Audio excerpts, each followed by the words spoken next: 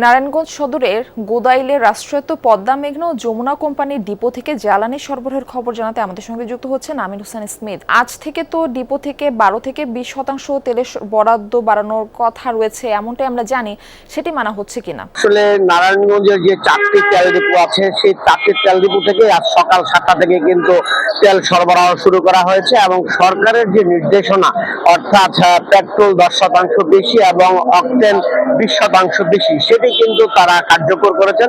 আমরা 4টি ডিপোর 2টি ডিপোর কর্মকর্তাদের সাথে আমাদের যোগাযোগ হয়েছে। তারা বলছেন যে সরকারের যে নির্দেশনা আছে রেশনিং পদ্ধতির মধ্যে আজ থেকে কিন্তু সকাল থেকে কিন্তু 10% পেট্রোল এবং ডিজেল এবং অকটেন কিন্তু বেশি দেওয়া শুরু করেছেন এবং রেশনিং যে পদ্ধতি সেটিও তারা মেনে চলছেন, অর্থাৎ সরকারের যে নির্দেশনা সেই নির্দেশনা তারা বাস্তবায়ন করছেন এবং তারা বলছেন যে কোঠা পদ্ধতিতে যে পরিমাণ তেল সরবরাহ করার কথা সেটি কিন্তু তারা সরবরাহ করছেন।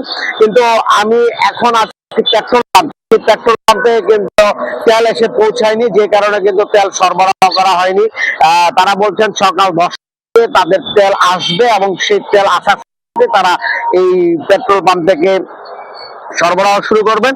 ইতিমধ্যে কিন্তু বেশ কিছু বাইকার এবং গাড়ির মালিকরা চালকরা কিন্তু এই পেট্রোল পাম্পের সামনে তারা অবস্থান করছেন। তারা বলছেন তেল দেওয়া শুরু হলেই এখানে প্রথম সিরিয়াল এবং সেই সময় তারা তেল পাবেন এবং তারা আশ্বস্ত করছেন এবং পাম্প মালিক পক্ষ থেকে আমাদেরকে জানানো হয়েছে আজকে তারা তেল পাবেন এবং সেটি সকাল 10টা বা 10:30 নাগাদ তাদের এই পেট্রোল পাম্পে চলে আসবে এবং আসলেই তারা তেল দেওয়া শুরু করবেন। অর্থাৎ সরকারের নির্দেশনা অনুযায়ী দাম বাড়ানো হলেও তারা যদি অর্থাৎ পূর্ণ দমে তেল পেত তাহলে যে সংকট অর্থাৎ যে ভিড় রাস্তার মধ্যে যে ভিড়টি দেখা যায় সেটি কেটে।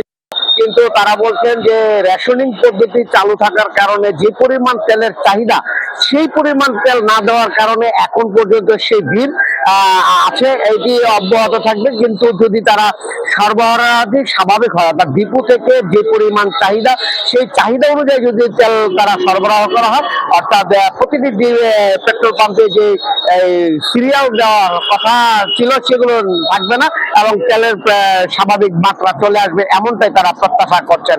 মারফি স্মিথ, ধন্যবাদ যুক্ত হবার জন্য।